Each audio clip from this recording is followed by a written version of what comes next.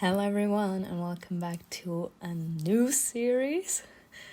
I am so excited for this, y'all. It has finally dropped. I have seen so many sneak peeks, so many notifications where this series has been praised, and I just needed to see it.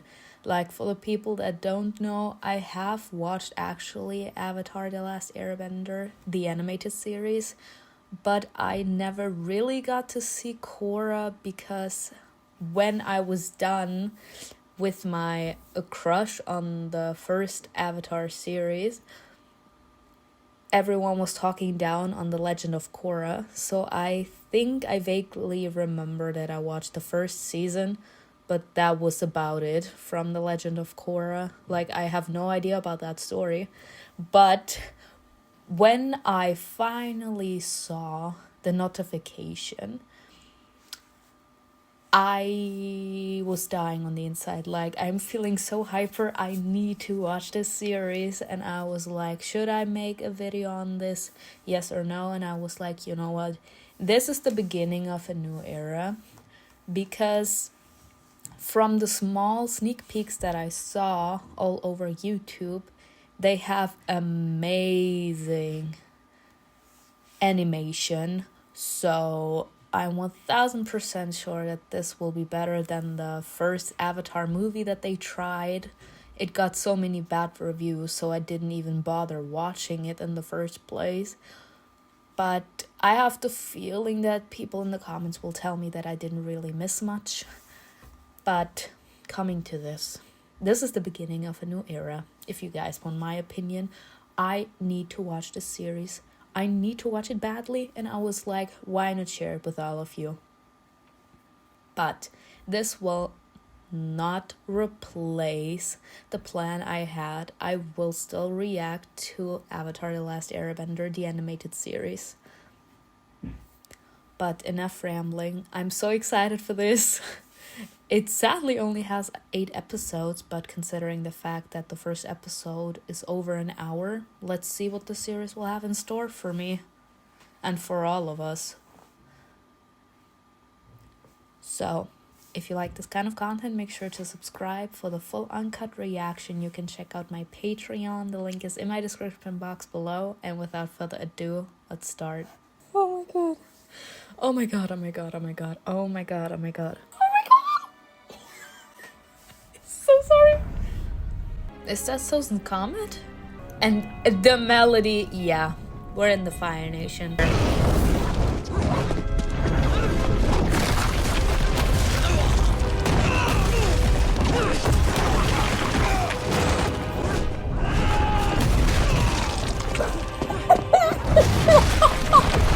Your king receives those plans. He will redirect his forces to your borders. The entire world will turn their attention to the Earthbenders. Is this before the Air Nation was wiped out? It is our time.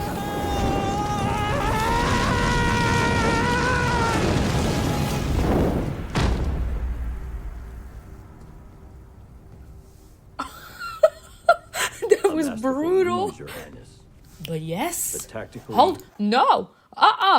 While they keep on shocking me from left to right without actually giving me a chance to process, I need to pause here. Damn. First off, no. I need to gather my thoughts, y'all. Like, my thoughts are all over the place, but here. I mean, I know I shouldn't compare this with the animated series, and I vaguely remember the animated series. I just remember those iconic moments, with Toph, etc. Like, you all know, like, these moments that live in your mind forever. The way they're portraying this, they are literally that guy. I don't know who he is. Is that maybe Sozin? Because from the way that this guy was talking, it literally sounds like the air nomads are still alive. Like I said, we shouldn't compare to the animated series, but if they're actually gonna do Avatar: The Last Airbender, or just Avatar in general, like their storyline, then the air nomads will be wiped out. If in that time the air nomads are still alive, then that means that right now we're at the time where Sozin was still alive, as in Sozin's comet still coming. I actually thought, and I actually made the comment, that I saw Sozin's comet literally on the screen in the first few seconds of this episode. So I would assume that right now we're at the time where Sozin's comet is almost upon them, and they want air nomads and the waterbenders to focus on the Earth Kingdom, because they will try to gain the upper hand. But that's exactly what the Fire Nation wanted. They wanted them to be distracted, trying to find a way to take them down so they won't see the big attack coming.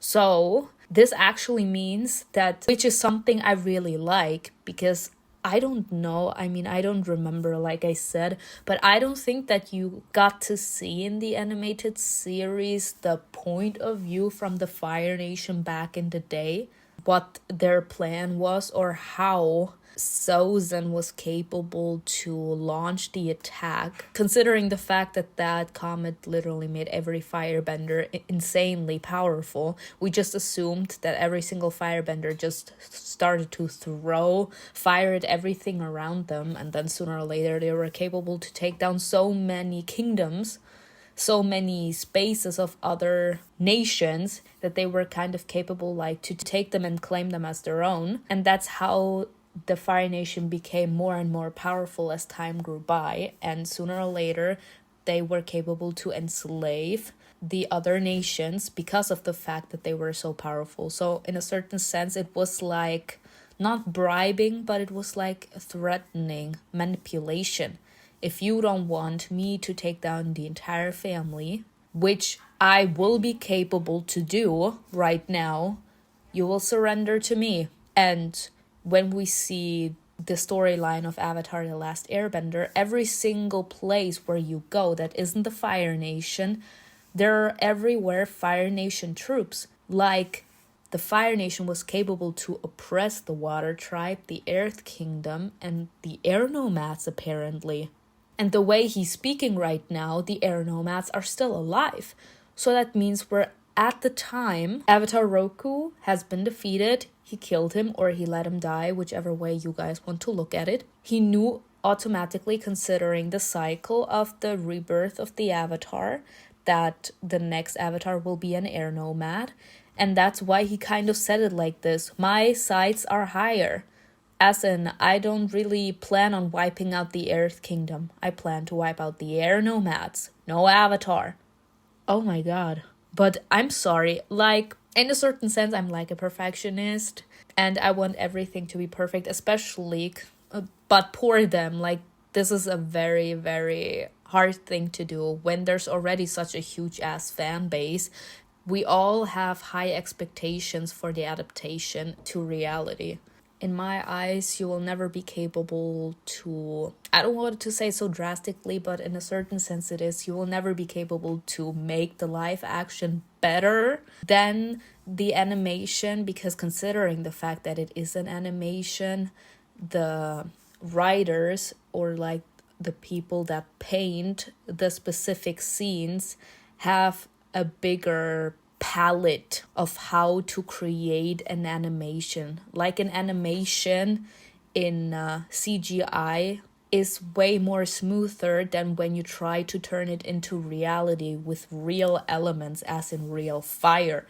We can kind of imagine what fire looks like, but in the animation it looks a lot smoother, because this is literally just kind of a painting. But in real life, with real elements, they will actually need to make the ground look like how they're bending the elements. So this will be a lot more difficult to actually make believable if you're trying to do it in reality. And like I said, I don't think that an adaptation in reality will ever be capable to beat an animation, but it can come as close as the animation. Never better, but it can come as close as the animation. And before I'm talking too much, I'm gooped and gagged Like the way that they actually showed that he burned this man down. First off, yes, because of the fact that this was an animated series back in the day, they kind of had those dark moments, if I remember correctly. But considering the fact that it was still a kids show, they never really showed it or made it clear in the series.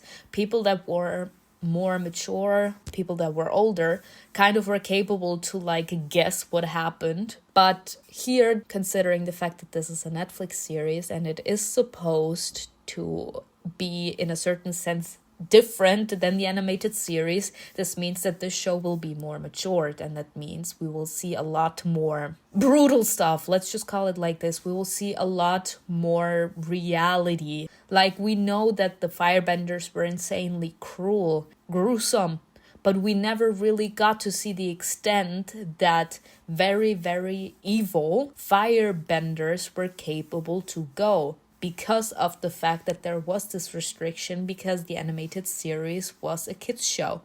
This is not a kids show. So I have the feeling that we will see harsh reality here, and I'm here for it. Make it more mature for the people that were back then kids and now they are grown up and they want to see more reality, more mature content. Show me the adult version of Avatar: The Last Airbender. Shock us. This is about one who lives among them. We have to kill them all. For millennia, the four nations have lived in harmony, a peace made possible by the Avatar. The next master of all four elements, who may not be ready for the responsibility of becoming the Avatar. Okay, let's go. The Southern Air Temple. Oh no! No! No. Not them actually being that harsh. They actually said we're doing it that dark, ladies and gentlemen. Oh my god. I don't know if I like this or not yet, but I think I'm gonna like this. They actually said, we didn't show you in the animated series how they get wiped out. We just showed you a corpse and a few bones. Here, we actually show you how they get wiped out. Damn, because it actually looks that this is still completely new. As in, people are still living here. They're keeping this place cleaned. As in, there are no spider webs like a place that hasn't been inhabited for many, many years. No, this place looks still very, very fresh, very, very new. So that means that the airbenders that were alive back in the day before Sozin actually murdered them all, they are still alive. Are we actually gonna see how the airbenders tried to defend themselves against the ruthless Fire Nation when Sozin's comment gave them all of that insane power? Oh no! They said we're turning it that dark. I like it. I like it though. I'm sorry. I like it. I like it. If you have an iconic series, you make it even more iconic. And how do you do that? By making it more mature. As in opening it up to the wide possibilities of adulthood. Back in the day, we never saw how someone was killed, and if someone was killed, they never really confirmed it because of the fact that it was mostly a kids show and mostly young children were watching it, so they in a certain sense tried to maintain their innocence in a certain sense. But this literally is supposed to be an adaptation to the animated series, but it's supposed to be something completely different, as in the way they're gonna tackle some topics will be different than how they would do it in the animated series, where Aang was like mostly just trying, I don't want to say in a childish way, but you all know he was very, very naive, even though he was wise for his age. And the childhood series tried to play off very, very difficult situations or a past of pain and sorrows. They tried to brush it off, and they tried to find like one of those ridiculous ways to eliminate a threat. Like that episode where there were two different tribes that wanted to go walk across the mountains and they couldn't get along. One side was more like the people that loved to eat meat, and they were more the dirty kinds, as in the poor ones, and on the other side there were the clean freaks, and they couldn't stand each other, and there was like the small tale that they talked about, and Aang lied to both of them to diffuse the situation and to let them know that everything is fine, even though it wasn't. So I have the feeling that this show is gonna tackle problems more maturely, as in they're not gonna try to brush it under the rug. They're actually gonna get deep into the topics that they want to explore, which means bloodthirst, vengeance, death. They're actually gonna tackle those problems. They're not just gonna touch the topic a little bit and then let it brush under the rug. Like, we all know the problem is there, so we just try to find a way to get rid of it. No, they're actually gonna dig deep into this, and I love this. Yes, because it gives me a lot of time to analyze. You may be more advanced than the others. There's much you have to learn. We need to go talk to the council. Now. Damn, bitch. Relax. Y'all, and we're back again to my face. I can't. It's too much. It's too much. It's too much. I'm so sorry. I'm so sorry. Y'all, first of all, like, I need to talk about this in general. Like, what's wrong with those teachers? If I remember correctly, Aang is 12 years old. You telling him that he needs to save the world isn't gonna make him automatically accept that he is the Avatar and making immediately mature and accept the responsibilities that he was born with. It will take time. He's a child. He is 12 years old. He is still very naive, childish. I'm sorry if I have to say it like this, but not everyone is insanely mature when they're 12. Like, he's still a kid. It takes a lot of time, and from the people that I met in my life, sorry if I have to say it like this, you can even be 50 and still immature. Like, maturity comes at its own time and at their own will. Like, if I want to, I can be as immature as I want. It lies within me if I want to be mature or not. And being mature or becoming mature also means accepting that reality is very sad. Reality is hard. Reality isn't always sunshine and rainbows. Reality is very brutal. And a lot of kids, or in general humans, don't want to accept that. That's why they try to hang on to their bubble where they have the feeling that everything is beautiful, as in they try to live in that bubble of illusion where everything is perfect in the world. It's not. And the fact that they keep on holding on to that bubble of illusion is what makes them immature. Like, maturity and childishness can kind of be thrown together, if you guys ask me. Because if I'm insanely immature, I'm also childish. And in my eyes, that's also considered stupid, because there's like a limit to everything. There's a limit to being childish. There's a limit to being immature or being mature. There's also a limit to being mature, because if I'm being too mature, that means that I'm uptight. I can't let loose. Like, there needs to be a safe balance between everything. And that's one of the reasons why I liked Avatar: The Last Airbender so much. Besides the fact that it's fantasy and I'm obsessed with fantasy, they are tackling balance. The fact that one person is capable to master 4 elements, as in the elements that this entire universe is made out of, shows already an insane amount of responsibility. And the fact, and his responsibility is to maintain balance. That's why he's capable to develop and learn those 4 elements.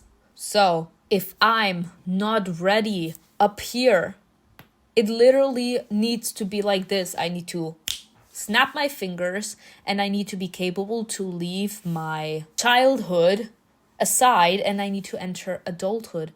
And no one wants to be an adult. Like, when you're young, you're like, yeah, I want to be an adult so that no one can ever tell me anymore that I'm too young. I wouldn't understand, etc. Like, you all know, you all probably heard that yourselves once in a while. But when you're an adult and you actually have to take the responsibility of yourself, you realize that you don't want to be an adult, because an adult is very brutal. Because when you are an adult, your parents actually allow you to take off the blindfold that they put on you. That blindfold is supposed to be a metaphor. They put a blindfold on you and they try to shield you from the harsh reality and how hard life can be for an individual or in general. Like, not every human being has like a beautiful life, and your parents try to shield you by not letting you do too much, as in they try to give you like a little responsibility, and they try to allow you the freedom of being capable to decide for yourself to an extent, so that you know that you have to do it, but they like still try to shield you and in a certain sense protect you from the harshness of reality. And the dark reality is life itself. They try to protect you from life, from the horrible things and the negativity that will come your way once you hit adulthood. And your parents won't be there anymore to do things for you. That's when you really know how horrible life is. And Aang is 12. He's still living in that bubble of illusion. And he can, or he should, because he's 12, he's young. But considering the fact that he's destined to have all that responsibility, and they are not stupid, like they can see the signs as well. That's a sign when you are mature, when you've seen so much horrible things in your life, you are kind of capable to predict things. You don't really know anything, but you just have the feeling because you know how horrible life can be. You've experienced it on yourself so many times. It broke you so many times, yet you always found the strength to get up, and that's what made you become more mature. It made you become more intelligent. You can see without actually knowing anything. Like, I don't really need to know information anymore to actually be capable to put one and one together. I can actually read between the lines. I can see the signs. So they aren't stupid. They can see the signs. They can see that something horrible is about to come down on them. And they're like, we don't have time to allow this man to still live a normal life. Because he's not a normal kid either. He's the Avatar. He needs to take on to the responsibilities. The problem here is just you telling him that he needs to take on to the responsibilities because he is the Avatar is not automatically gonna make him want to become the Avatar. Because he will be missing the times where he could be just a normal kid. So it will be, in a certain sense, for him coming into the first stage of the 5 stages of grief, denial. No, I don't want to be the Avatar. I don't have to be the Avatar. Someone else can be it. As in trying to negotiate, saying, no, I don't feel it. I don't feel any other element inside of me. Someone else can be it. I don't need to be it. Because you don't want to give up on that illusion that you built for yourself. Because you're happy in that bubble of illusion, and they're actually trying to rip that illusion away from Aang because they're like, it's not time anymore. We are at our wits' ends. We know that something's coming and he needs to be prepared. So I actually have the feeling what telling Aang that could bring him, because if you don't want to accept something, you can do a lot of things. We know he already is running away, but I'm worrying about his psychological health here. Water tribes are already sending the warriors to aid the Earthbenders, and we need to help them as well. And we need the Avatar. Wow! Oh my god! Y'all, I already said it kind of in the beginning of the episode, but now it actually was even more clear because we actually got to see Sozin's side right now.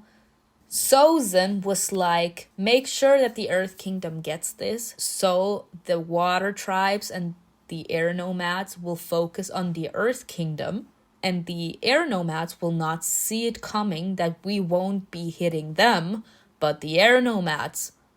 They actually should have sent this letter to the air nomads, and the Earth Kingdom and the Water Nation were supposed to come aid the air nomads, because the Earth Kingdom getting that letter was supposed to be like that they have the feeling that the Earth Kingdom will be attacked. So the Earth Kingdom automatically asked the Water Tribe and the Air Nomads for help. But Sozin doesn't really plan to attack the air nomads. Sozin wants to attack the air nation. So, considering the fact that literally it was just said here, the water tribe is already in the earth kingdom. So, that means that the air nomads were left unaided. That sucks! The role of the Avatar is a heavy responsibility. But Yeah. it is not our place to choose who bears that burden. The next Avatar will once again be an Airbender. You have always been special, I never asked to be special. but you are. But everyone is special. He's extra special. The Avatar. The world needs the Avatar. The world That's a needs very you, heavy Aang. burden. That's a It's a very leave right heavy away, so burden. we drop. He's literally asked kind. to save the world And over and generous. over and over again. If I Always fail remember once, who you I are. will be Because a I can't imagine a better disgrace person to for have been all given of this my power. former Avatar colleagues. I don't. Damn! Can't I just keep pretending I'm your friend? Will always be my friend. Oh, stop, Getza! But the actor playing Aang is kind of spot on, if you ask me. I'd trade places with any of them. I don't want the responsibility. I'm scared of my power. I'm scared of being alone. Technically, well, shit. Because this sadly is something that a lot of people don't even think about.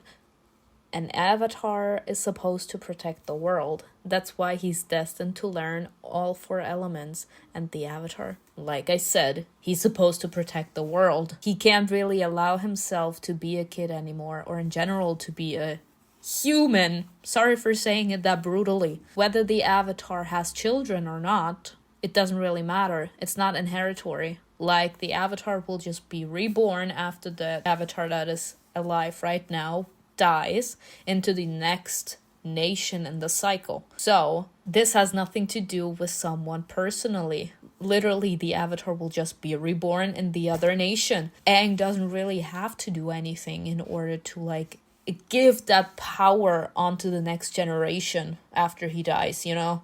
So he technically doesn't even need to have like relationships, as in romantic relationship, friendship relationship. His sole duty is to learn all the elements in order so that he can protect the world and save the world. So they literally expect him not to be a human at all. They just expect him to be, in a certain sense, a prodigy, a powerful weapon, someone that is capable to destroy everything around him and or save everything around him. But they don't really treat him as a child. They literally just treat him as a prodigy, as someone that needs to know that he has to train so that he's capable to solve problems all over the world. And in a certain sense, that also means in their eyes that he doesn't really have time for friends or for human relationships. His sole duty is to focus on his avatar training so that he can save people. But no one thinks about saving him. That's sad. That realization hits. Oh no. He left the second that they were planning to attack.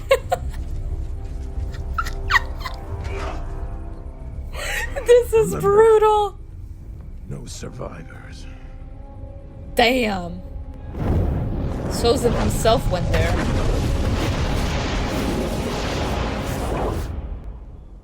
We're gonna see the fight! We're gonna see the fight! Wouldn't they know that they need to kill all the young children?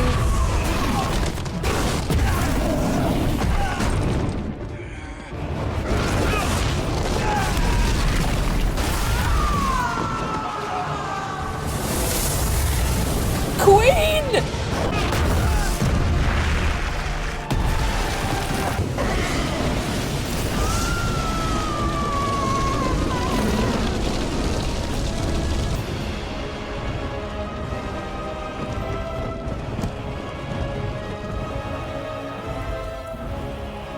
The children, are they actually gonna be that brutal? The children dying, the children being burned. Y'all, it can't be possible that fire is that powerful, that it can literally burn through that. Not when we have the power of the comet.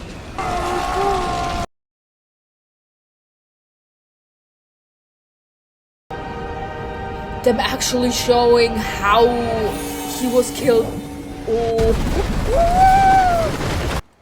And if Dad were here... But he's not here. I am. Well, sir, but she could help if she could master her powers. But to be quite honest, yeah, all this this reaction is gonna be a long thing. I kind of feel bad for Sokka. I don't think that people actually realized that because of the fact that it was a child show back in the day.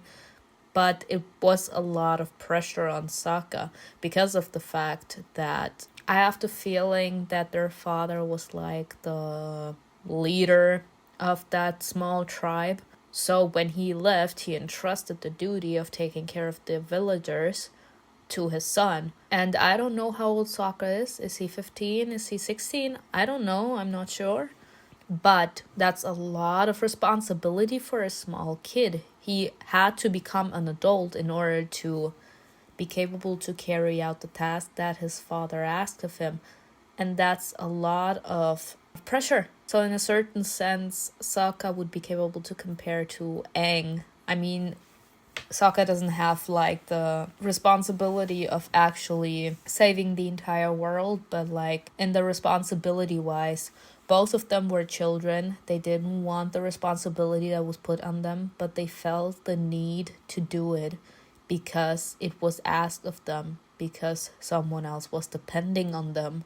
So I'm worried. I'm worried for Sokka. I don't think it was actually really shown in the animated series, but it was a lot of pressure for Sokka to take onto the responsibility of caring about every single villager and making sure that everyone is fed and taken care of, because that usually would have been, I don't know their father's name, Hakoda? Yeah, normally it was his job.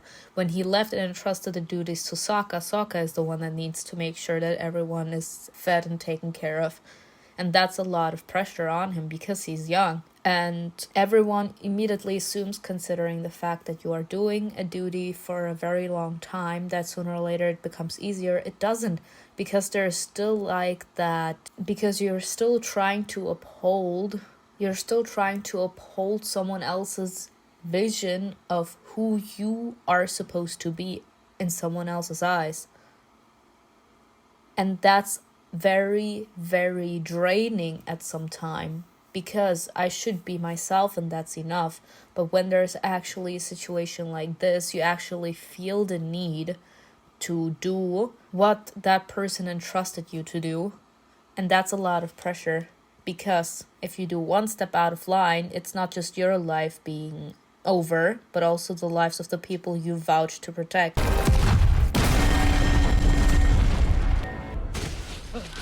Damn. He literally... he slipped down. Where did he come from?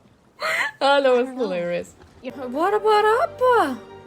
In general, it doesn't really make sense. How could the grandma know that he's an airbender if they literally have been extinct? Are there some books in their village so that they know what an airbender looks like? Is he I'm done. This man is like, you bitches actually left me. Long ago, the four nations lived together in harmony. Then everything changed when the Fire Nation attacked. Only the Avatar, master of all three elements, could stop them. Stop. But when After all this time, what could they possibly want? him, you are the Avatar. When the world The needed way Avatar the she's most, he literally vanished. just spilling Because he's a tea the coward. entire He episode. ran I don't and know people if I died. like this. Keep the moment of surprise. I'm the one you're looking for. Get him. Wait, It's okay, Katara. After he wanted to give you to them. After you wanted to give him to them. He said that. Now let that nag on your conscience, sir. I don't like this. I hate this. Why did the Fire Nation start this war? It is within our nature to expand and consume, like fire itself. In general, this never made sense to me. What exactly were they expecting? What exactly did the Fire Nation plan to do to Aang when they would have captured him? They literally would have just waited until he's old. Literally just tying this man up so that he can train and that way not fulfill his avatar duties. What exactly were they planning to do with Aang when they captured him? Like, that literally doesn't make sense to me. That what Zuko's father wanted to do was literally, in a certain sense, capture the Avatar as some side of statement, as in the Fire Nation is so powerful that we were even capable to capture the Avatar, master of all four elements. Were that powerful that we actually were capable to overpower the Avatar himself. So, if they actually have Aang in their custody, that means, in a certain sense, they can use him to like show their greatness or like their power. That they are that powerful that they're capable to literally capture and put under control the most powerful being in the universe. That's what he planned to do. I don't think he actually would have planned to like kill him, because if he would have killed him, he would have literally been reborn in the Water Tribe. So it wouldn't have made any sense. So he either would have like used him for putting out a statement, or he would have just kept him in the dungeons until he's like old and wrinkly.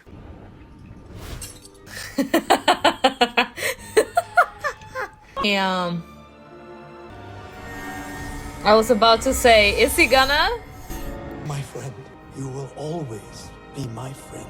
He has everyone that night. Oh no. I'm the Avatar, and this is just the beginning. Alright, I can. The first episode was fire, y'all. The first episode was fire. I didn't know what to expect from this series, but to be quite honest, I'm loving the way this series is going. Of course, there are some things where I'm like, it wasn't that necessary for it to be like that. For example, the grandmother literally somehow being capable to literally spill every single thing that no one else knows, and then everyone immediately being pissed.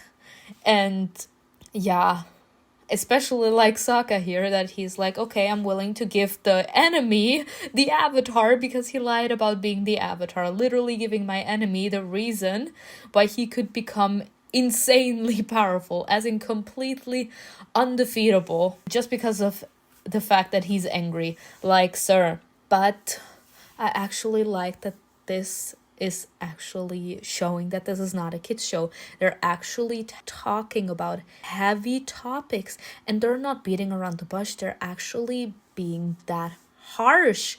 They are showing harsh reality. The fact that the people were murdered, like everyone could already imagine. I mean, they were dead, but how they were killed and how they were found 100 years later at the same spot, and Aang being capable to actually recognize his friend because of the necklace that Gyatso was always wearing, that actually breaks me. And that was a nice parallel to see. I don't know what to do. There are some things, because of the fact that I still remember the animated series, where I'm like, oh, come on, show us a little more eye-glowing. But I like the fact that here they're actually doing it differently, even though because of the fact that we actually saw the animated series, we kind of like want to see the story develop in a similar way. Not the exact same way, because that would be boring, but like in a similar way.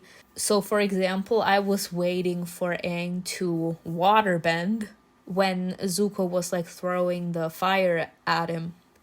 But I actually like that they're not doing this, because that literally means, in general, like no one actually wanted to talk about this, but I'm gonna have to talk about this. The fact that Aang kept on going into the Avatar state was because of the fact that the Avatar state is a defense mechanism. And the fact that he went into the Avatar state, in general, especially in the first season, was because of his emotions. As in, trigger warning. He wasn't capable to control his feelings because he was very young, and because of the fact that he then immediately was thrown into this battle with everyone he loved being gone, and him feeling guilty because he could have maybe done something to prevent them all from dying.